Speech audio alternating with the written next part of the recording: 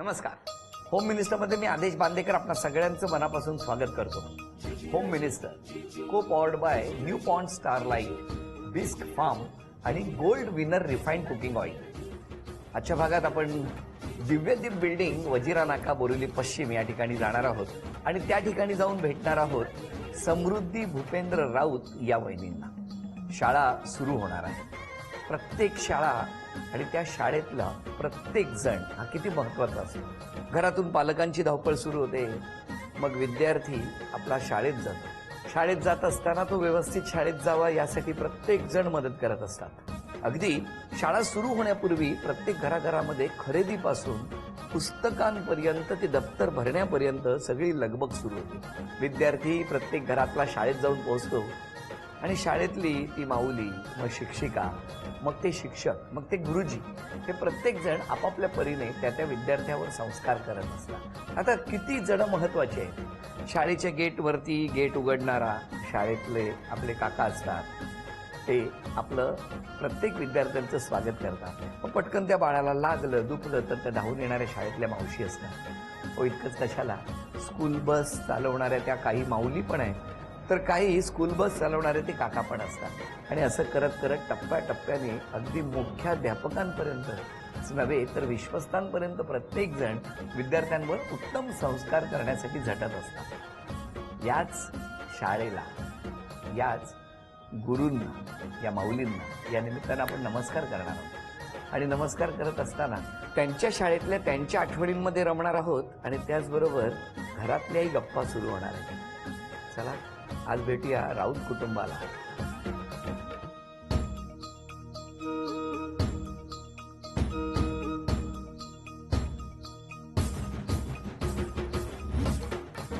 नमस्कार. नमस्कार.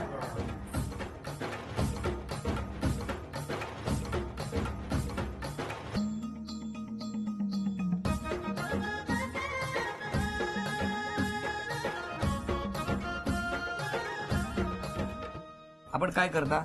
मी टीचर आहे प्रायव्हेट स्कूलमध्ये. शाळेत शिकवता? हा, शाळेत शिकवते. घरात पण? द्या ओळख करून सगळ्यांची. माझे मिस्टर. नमस्कार. नमस्कार. हे माझे सासू. नमस्कार. माझे सासरे. नमस्कार. मम्मी. नमस्कार. पप्पा. त्या जाऊबाई. हो. ते मोठी दीर. नमस्कार. त्या पण जाऊबाई. बरं. त्या पण जाऊबाई. ती माझी बहीण. नमस्कार. ती माझी बहिणी. बरं. सगळ्या चिल्लर कंपनी. बरं बरं. हे माझे जिजू. नमस्कार. आणि हे माझे काका. हो हो हो.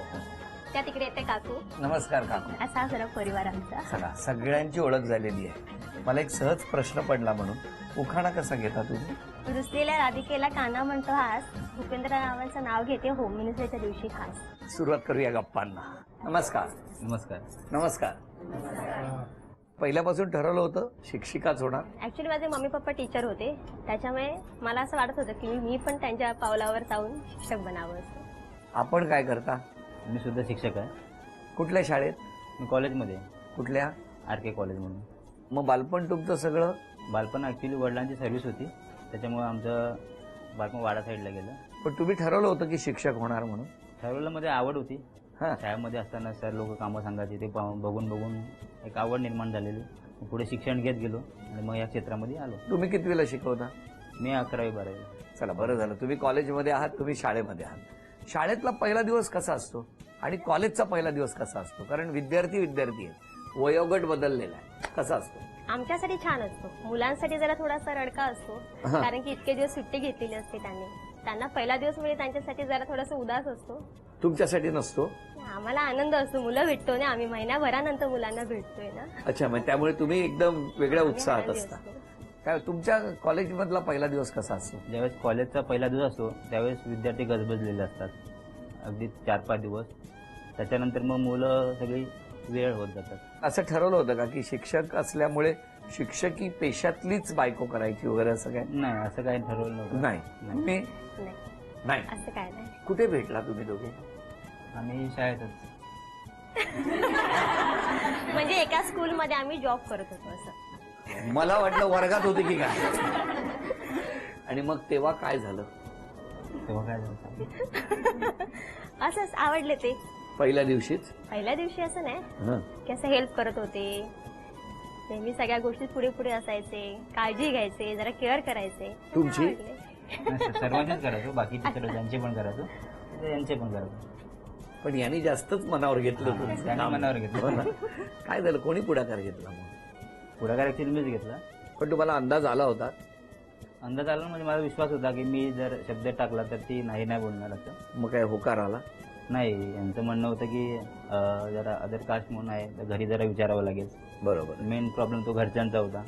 प्रॉब्लेम घरच्यांचाच असतो ना? तुमचा नाही हा ना? तुमचा नाही, प्रॉब्लेम घरच्यांचा. बर, हा मग मग पुढे रेडी काय? झाले, यांचे घरचे माझे घरचे रेडी झाले. सांगितलं तुम्ही हो. लगेच? हा, म्हणजे पहिले माझ्या बहिणीला सांगितलं मी, मोठ्या बहिणीला. तिने पुढाकार घेऊन केलं सगळं. शाळेत खूप वेगवेगळे अनुभव असतात, हो. बरोबर. काय सांगाल तुम्ही शाळेबद्दल, तुमच्या शाळेबद्दल सांगा. खूप छान आहे माझी शाळा. शाळेचं नाव अनुसया विद्यालय विरार. काय असतो शाळेतला तुमचा पहिला दिवस? आम्ही मुलांचं स्वागत करतो फुल देऊन. बरं. प्रत्येक मुलाचं स्वागत करतो, त्यांना आम्ही चॉकलेट देतो की जेणेकरून त्यांनी यावं, वर्षभर शाळेत यावं. यावं, चॉकलेट एकदाच. चॉकलेट देतो. तुमच्याकडे? आमच्याकडे असं काय नाही. मुलं उत्साहाने आहेत, 11वी-12वीची मुलं जे आहेत ते उत्साहानं कॉलेजला येतात. घरात हे वेळ देतात का हो तुम्हाला? थोडा द्यायला हवा, आणखी देतात तसे. नाही नाही, थोडा- द्यायला हवा म्हणजे देत नाही. थोडा आणखीन जास्त द्यायला हवा, थोडीशी हेल्प करायला हवी मला सुद्धा. सगळ्या घरांमध्ये एकच तक्रार असते. आता यानंतरच्या पहिल्या टप्प्यावरच्या खेळात किती बक्षीस मिळणार या वहिनींना बघूया. आज खेळ थोडा वेगळा आहे. या खेळामध्ये पहिला जो तास आहे हा चांदीचा आहे. रौप्य महोत्सवी तास आहे तुमचा. हा, सगळी चांदीच्या वस्तू तुम्हाला मिळू शकणार या पहिल्या टप्प्यावर. पण ते मिळण्यासाठी एक वाक्य मी वाचणार, त्या वाक्यातल्या त्या ठिकाणापर्यंत तुम्हाला पोहोचायचंय.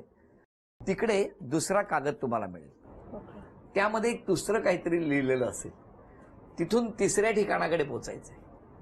तिसऱ्या ठिकाणाकडे पोहोचून चौथ्या ठिकाणाकडे पोहोचलात की चारही वाक्ये जी आम्ही लिहून ठेवलेली आहेत तुमच्या घरात ती इथे घेऊन यायची आहेत. आणि ती चारही वाक्ये इथे आणली की अनुक्रमे 4 बक्षिसं तुम्हाला मिळू शकणार. हेल्प घेऊ शकते का याला? घरातले सांगू शकतात, पण त्यांच्यापर्यंत तुमचं वाक्य पोहोचलं पाहिजे. पोहोचलं पाहिजे. अच्छा, मी बोलू तर शकते घरातले ना? सांगतील की कुठे आहे पुढचं. हा, अशा तऱ्हेने हा खेळ आता सुरू होणार आहे. पहिलं वाक्य, आठवणींची चौकट. वेळ सुरू झाली. यांची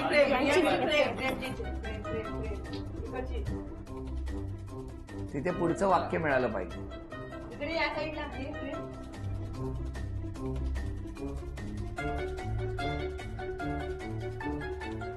दिवस तुझे हे फुलायचे, झोपाळ्या वाचून झुलायचे.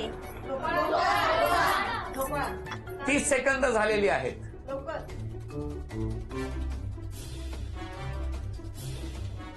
मिळाला का? 1 मिनिट पूर्ण झालं. आवळा देऊन कोहळा काढणे.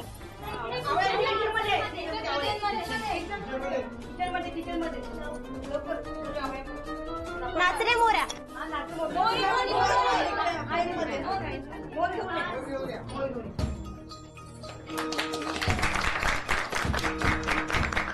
पहिलं काय होतं? आठवणींची चौकट. आठवणींची चौकट. अभिनंदन, पहिलं चांदी. तिथून पुढे काय होतं? झोपाळा. झोपाळा. अभिनंदन, चांदीचं नाणं. तिसरं वाक्य काय होतं? आवळा. आवळा देऊन कोहळा चांदीची तुळस. आणि तिथे काय होतं? नाचरे मोरा. आंब्याच्या वनात नाचरे मोरांना. वहिनी, तुम्हाला मिळाली ही अन्नपूर्णेची मूर्ती. अभिनंदन. वहिनींना मिळत आहे gold winner refined cooking oil विटा D3 यांच्याकडून ही भेटवस्तू. आणि स्वागत करत असताना आता बाई, हे हा फळा आहे. हा. आधी इथे एक सुविचार लिहा.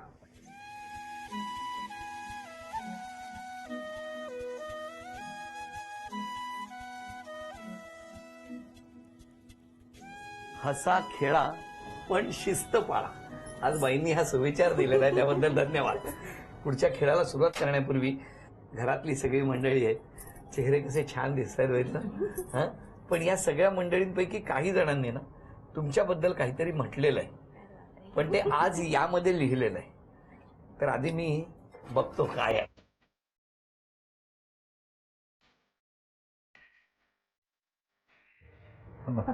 अजून एक घेतो कारण राहणार.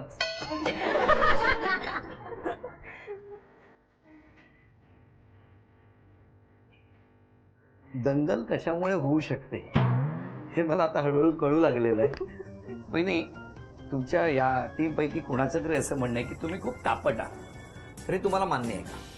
कधी कधी हे मान्य आहे तुम्हाला? काय हो आहे बरं. आणि त्याचबरोबर तुम्ही ना शाळेपेक्षा जास्त घरामध्ये लेक्चर देता,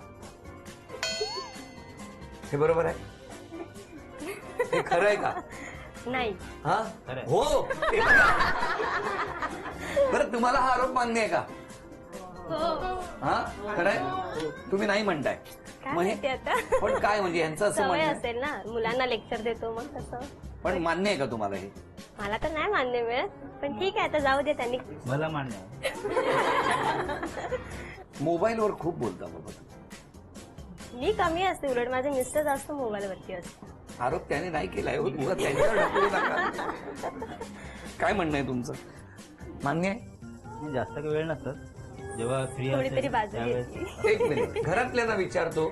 आता कोणी केलाय आरोप ते चेहरा बघा, सगळ्यांचे किती गोड दिसत आहेत, ते कळणारच नाही. कारण कळलं तर मी गेल्यावर काय खरं नाही. त्याच्यामुळे मला विचारायचं की मोबाईलवरती या खूप बोलतात, त्याच्याबद्दल तुमचं काय म्हणणं आहे? कामा टाकून ना मोबाईलवर जास्तच असते. असते. थांबा थांबा, लग्नाआधी हे आई आहेत ना, मम्मी माझी. पण त्यांना बोलू तर द्या ना. थांबा. पण हो ना, हो हो या सासूबाई, हा आरोप मान्य आहे तुम्हाला? हो मान्य. सासरे बुवांकडे द्या. हा आरोप मान्य आहे का? म्हणजे काम असेल तर बोलते, तसे नाही बोलणार ती. सासरे बुवांनी जो पॉज घेतला ना, त्याच्यात सासरे बुवांना सकाळचा चहा आणि संध्याकाळचा चहा दिसला. जरा बाबांकडे द्या. मोबाईलवर खूप बोलते असा आरोप आहे, तुम्हाला मान्य आहे? हो, काही वेळा मी स्वतःच मोबाईल तिथं बंद करून ठेवतो.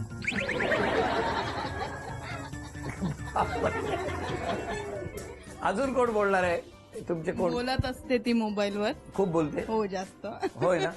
त्याचबरोबर त्या तापट आहेत, याच्याबद्दल तुमचं काय म्हणणं आहे? आहे तापट आहे, पटकन राग येतो तिला. हा काय हो?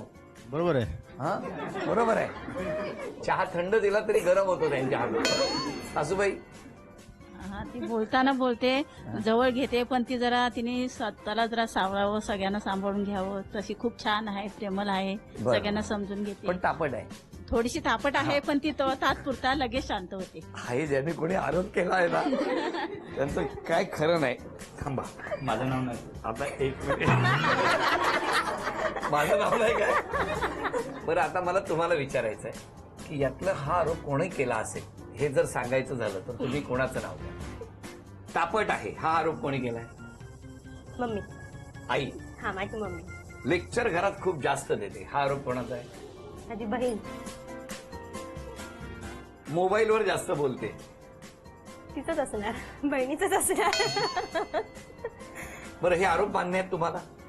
गिफ्ट नक्की? देणार असतील तो मान्य आहे. नाही का? तुम्हाला नाही गिफ्ट आहे. तुमच्या हस्ते ज्याने आरोप केले त्यांना गिफ्ट द्यायचं आहे, कळलं का? ठीक आहे. आर्या कोण असतं? माझी बहीण. जाऊ. वाटलेलंच आहे, तिचंच असणार सगळं.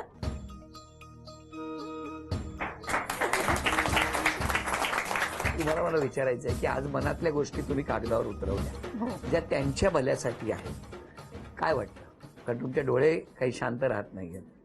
दोघींचं एकमेकांवरती इतकं प्रेम आहे की दोघींच्याही डोळ्यातून ते व्यक्त व्हायला लागलंय.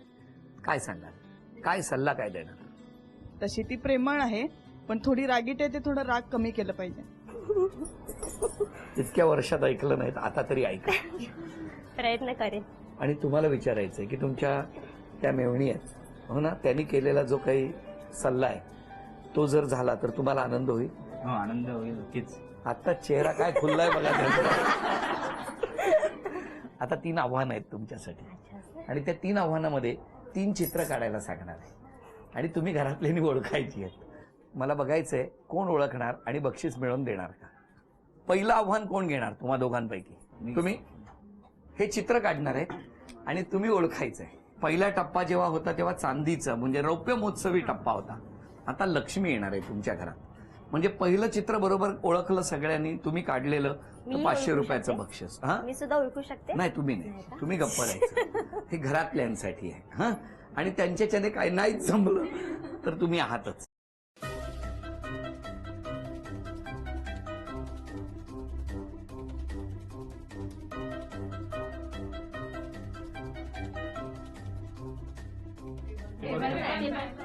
अभिनंदन. चला, पहिलं बक्षीस, पहिलं 500 रुपयाचं बक्षीस त्यांना द्या. तापट आहे बोलला होता ना. फक्त निमित्त.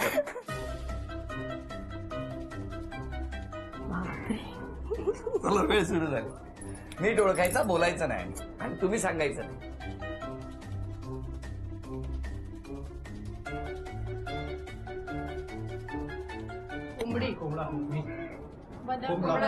चला, झी मराठीकडून आणखी एक 500 रुपयाचं बक्षीस मिळालं.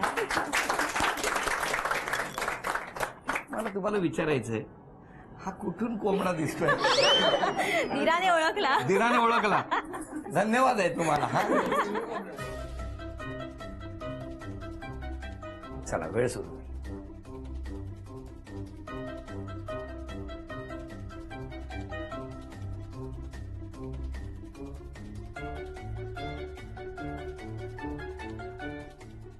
दहा, 9,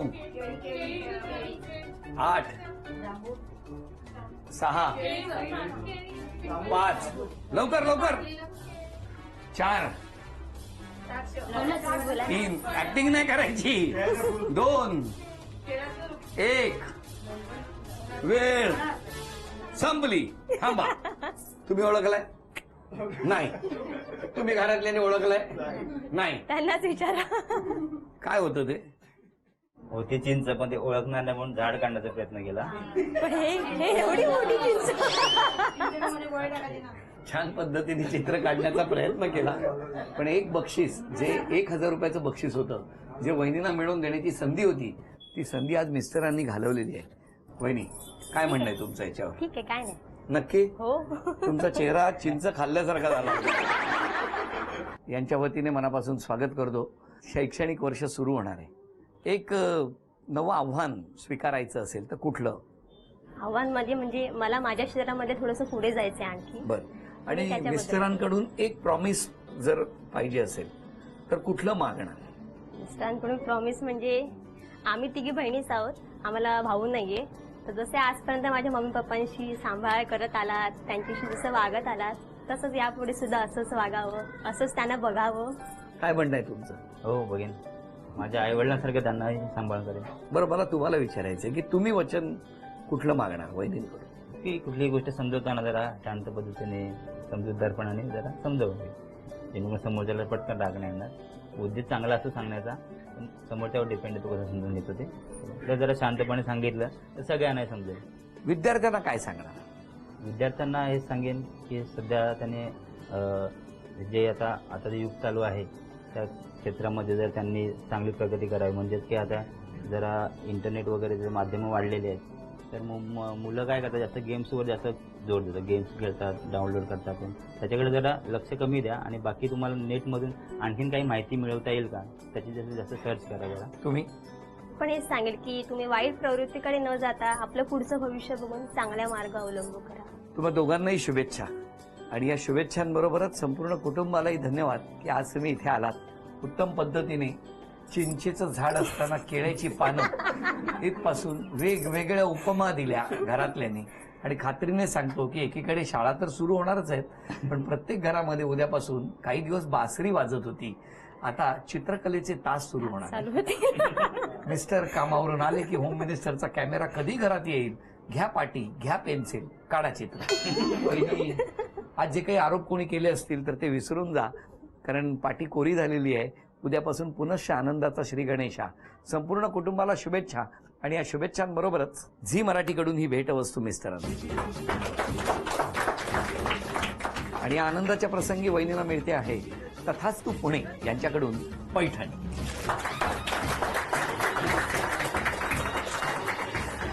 अभिनंदन.